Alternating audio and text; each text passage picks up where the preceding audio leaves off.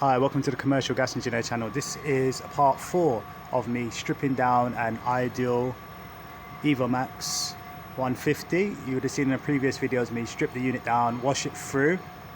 I've carried out certain checks on the unit to ensure that it is safe. The last check I did was a tightness test. Then I turned the power on and I had no power.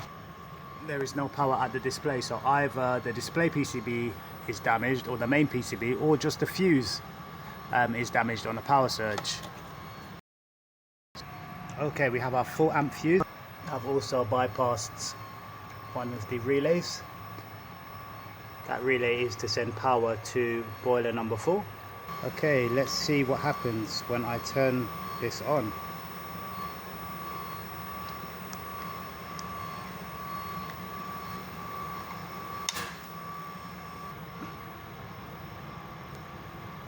Fan faults, check fan wiring.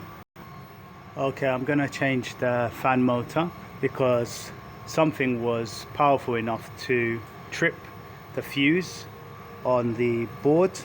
So and I'm smelling a burnt smell. So the fan, I checked the fan supply leads and they look all in place and in the right place. So I believe that's why when I arrived on site I found this boiler's display off. At the moment the PCB is still on, and here we go, it says fan fault, check fan wiring, check fan. Okay, thank you for joining me. I'm going to move on to my next boilers. Until next time, please leave comments in the section below. Okay, bye.